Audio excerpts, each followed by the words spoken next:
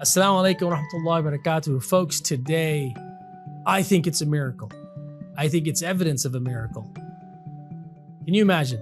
No one can delete the Quran from this planet anymore because of what these guys have done.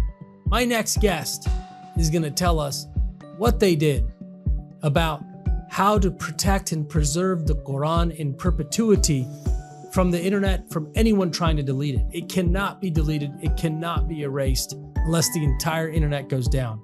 Not only that, our next guest will give you recipes and keys. If you're a founder, if you're a funder, if you're passionate, a shiro or a hero, what helped them move through and keep going? You're going to hear that in the next few moments. Our next guest, founders of HADI, founders of IslamiCity, an organization that's celebrating its 30th anniversary this year. Everyone, please welcome Brother Mohammed Abdul-Aleem. Assalamu alaikum wa rahmatullahi wa barakatuh. My dear friend, mentor, teacher, guide, Mohammed Abdul-Aleem, also known from me as Brother Aleem, founder of something you all might know as IslamiCity. Thank you for being on the show today. Thank you so much, Tayyab. You're just my brother here. I'm learning from you. You know, this is a experience for all of us. But thank you for that kind introduction. Assalamu alaikum. Well, thank you so much for being here. Let's get right into it. Tell me, at that time when you were thinking about IslamiCity and that, hey, we need to start this. And I think it was HADI is the name of the organization originally. What year was it? And what was that problem you were seeing that you wanted to solve?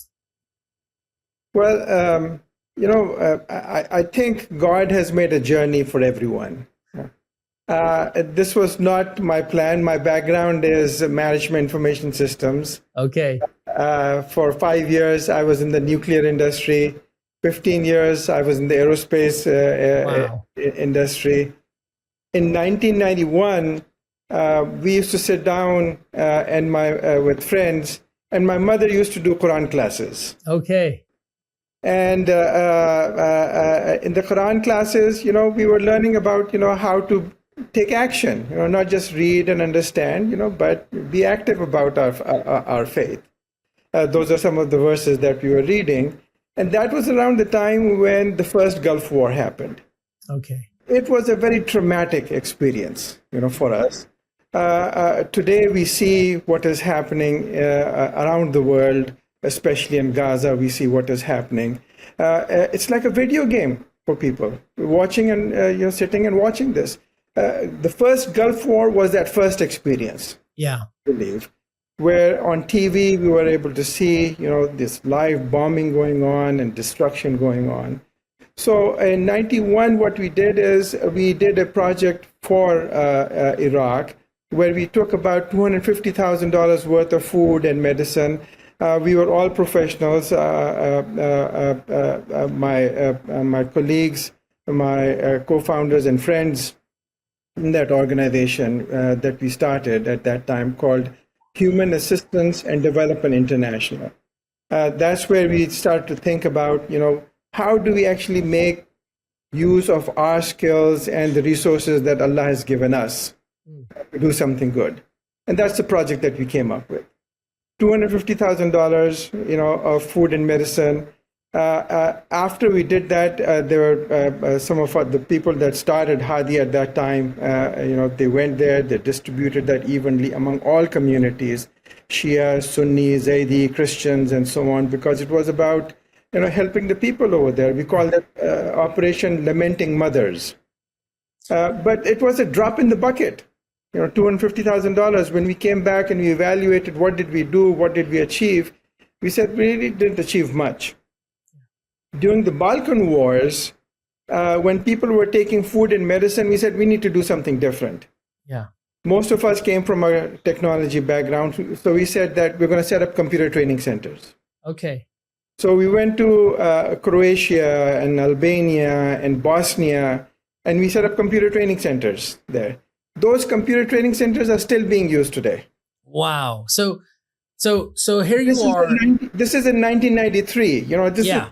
is pre-internet and everything, right? Way before everything. You're successful professionals in different sectors, and you're cruising along. Life's good, and even for me, I grew up in the '80s. Life was good, and no one really worried about Muslims.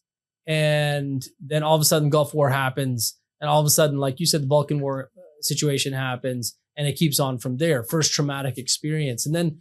So now you have the training centers, but are you still working full time in your other job, or have you left your job?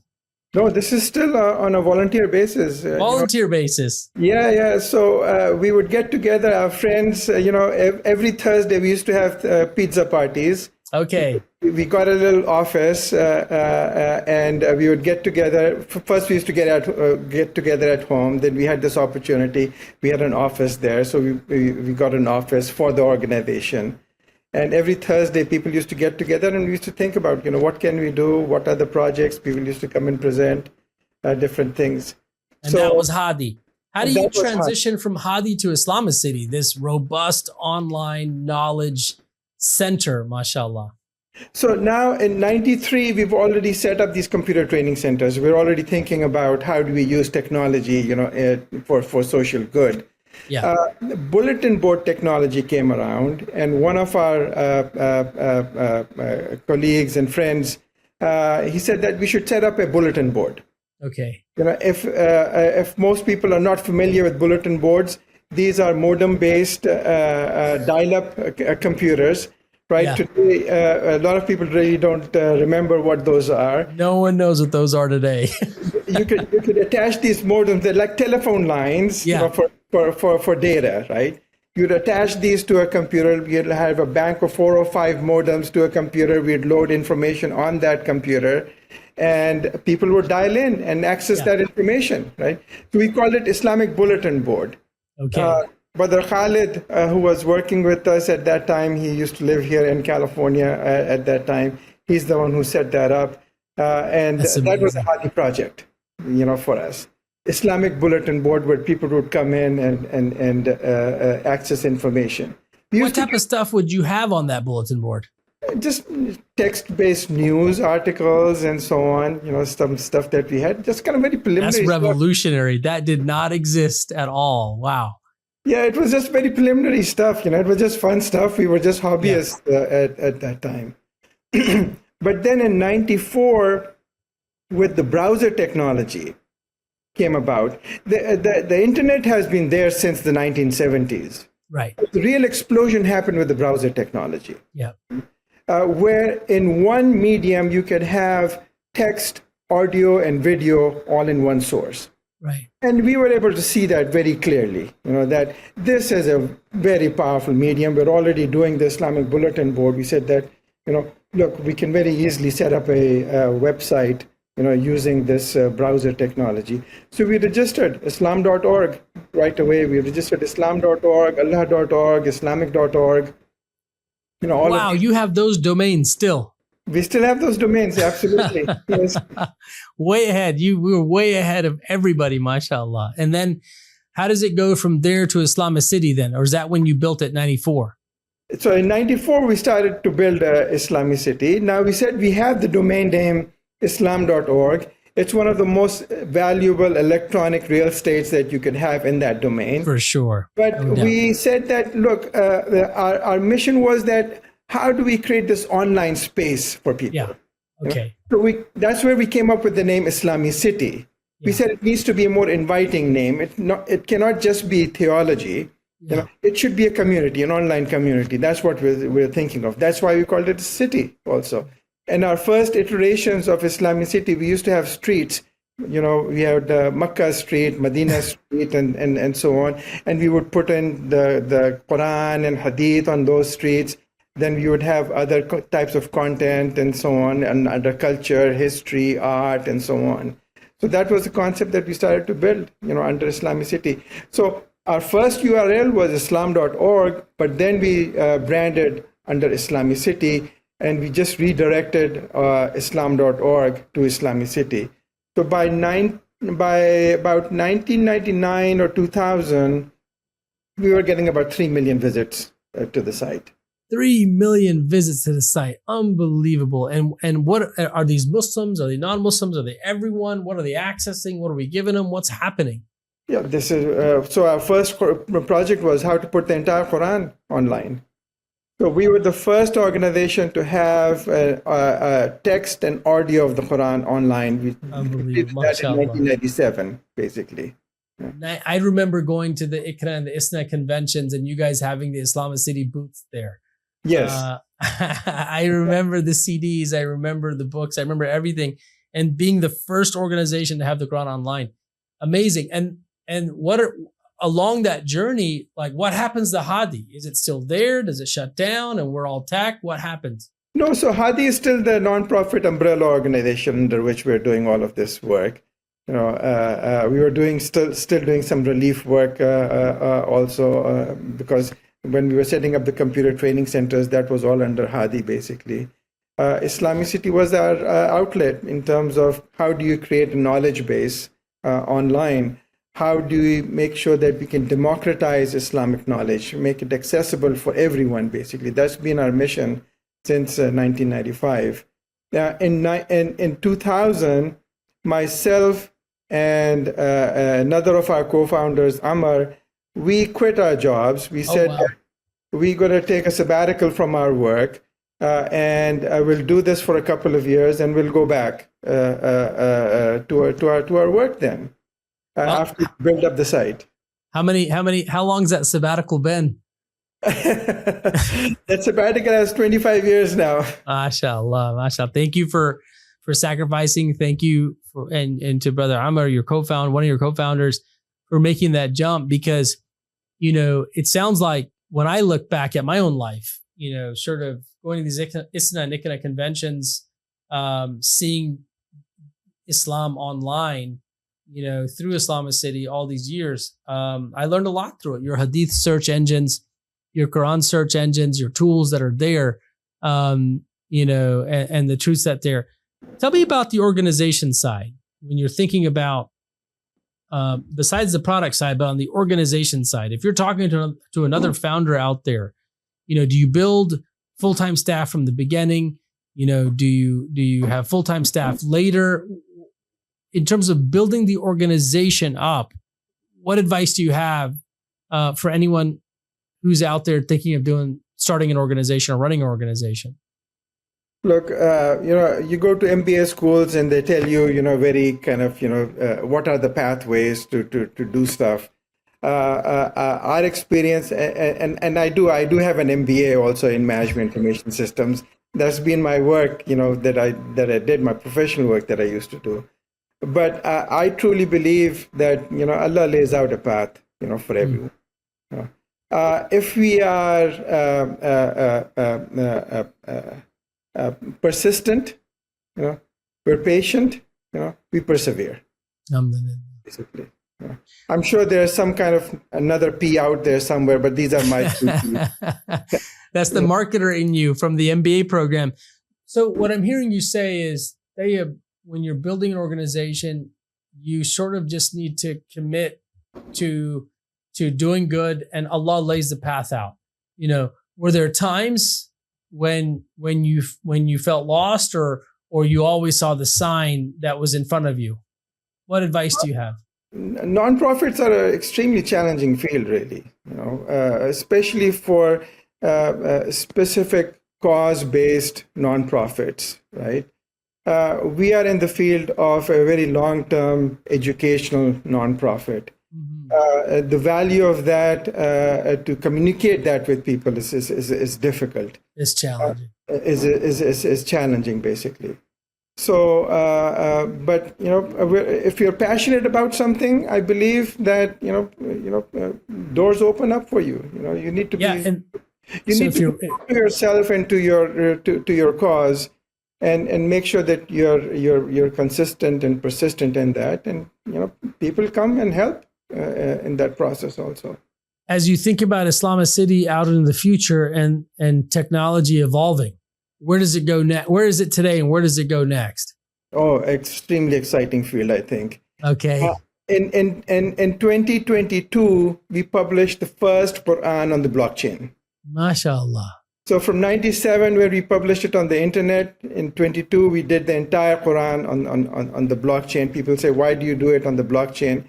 That's part of our basically mission that we have. Any medium that comes around, we believe it's our responsibility to make sure that the Quran is there. On that. Wow. Any medium that comes around, we believe it's our responsibility to make sure the Quran is there. That's powerful. And that fits a certain fard kifaya. Like somebody has to do it. Someone has to do it. Absolutely. That's how we believe in that. And if people don't understand what a blockchain is, it's the internal memory of the internet. It's the hifz for the internet. SubhanAllah. Once it's there on the blockchain, you can't change it. You can't delete it. Wow. In some dystopian society, in a country, if someone says, I want to stop all Qurans, they can go to all of these servers and say, stop publishing these Qurans on the internet. They could do that. Technically, they can do that. But if it's on the blockchain, you can't suppress it. You can't stop it. You can't stop it. It's permanently there, the hifz of the internet. I love that. Hifz on the internet. You have to kill the internet if you want to kill the Quran then. So you can burn all the books.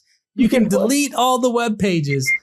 But in order to absolutely erase it right now, it's nearly impossible. I think that's powerful and that's huge, subhanAllah. And I feel motivated and empowered through that. Jazakallah khair for doing that. The next really field right now is AI. Yeah, tell me about that. Where are we taking it next? Yeah, so the last 2 years, we've been working on a chatbot called ChatILM. It stands for Islamic Language Model. Okay. That's our chatbot that we're building. We are training it's called a RAG model, where we are training the AI on our own specific data so that we can be more confident in terms of the responses that we get from the AI. Yeah.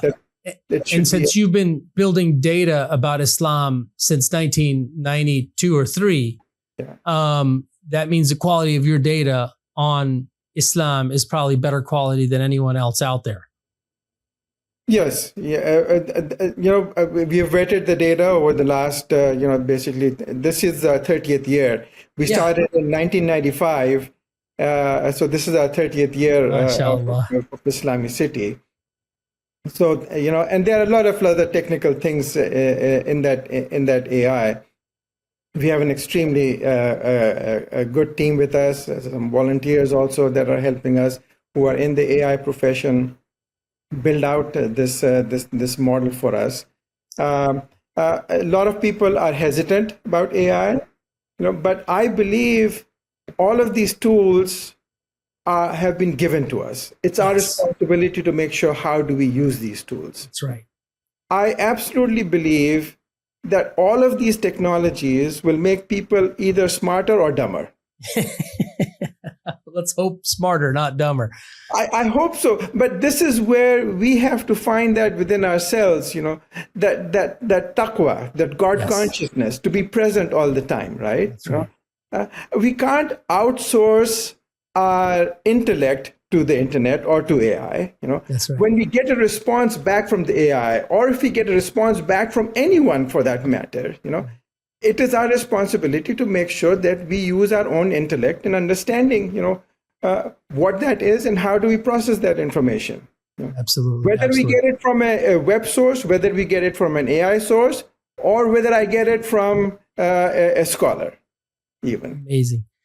Folks, we have Brother Aleem here for 30 years. We're celebrating our 30-year anniversary here at HADI in Islamic City. Congratulations. For 30 years building vetted, high-quality Islamic knowledge and have continuously innovated, continuously been a trailblazing organization, from having the first tech center overseas to digitizing the Quran, to digitizing Hadith, to, having basically taking Quran to the blockchain. It can never be deleted or removed. You'd have to kill the entire internet in order to ensure the Quran is eliminated from this planet. And then now, mashallah, paving the way to having ChatILM, an Islamic learning model on vetted data. Amazing, amazing stuff, Brother Aleem. I'm super excited for Islamic City. Thank you for making the world a better place. Thank you for being on our show today. Jazakumullah khairan for being here, and Jazakumullah khairan for all the stuff that you do to make the world better. No, thank you for giving me this opportunity, and thank you for all that you do for all the other nonprofits and creating this channel. I'll be tuning in to learn from other people also as to what they're doing. And of course, I'm talking to you, but we have a whole team behind us and our board members and everyone else. I don't want to take all of the credit. It's a huge team effort. I can't name everyone over here. But we're blessed, to be among people who have that passion, and to have support from people like you also, who thank you very much. Jazakallah khair. And I would say to everyone who's listening out there, the key to success that we learned from Brother Aleem is surround yourself with passionate people who have absolute yaqeen and make value-based, purpose-based decisions regardless of what anyone else says. If you believe what you're doing is the right thing to do, such as establishing the first Quran on the internet, establishing the first Quran on the blockchain, to protect it, to preserve it, to put it on any media, make your values front and center, loud and clear, surround yourself with a good team, and inshallah, you will be successful. Thank you so much for being on the show today, Brother Aleem. Jazakallah khair. Thank you so much. Assalamu alaikum wa rahmatullahi wa barakatuh. Thank you very much, Tayyab.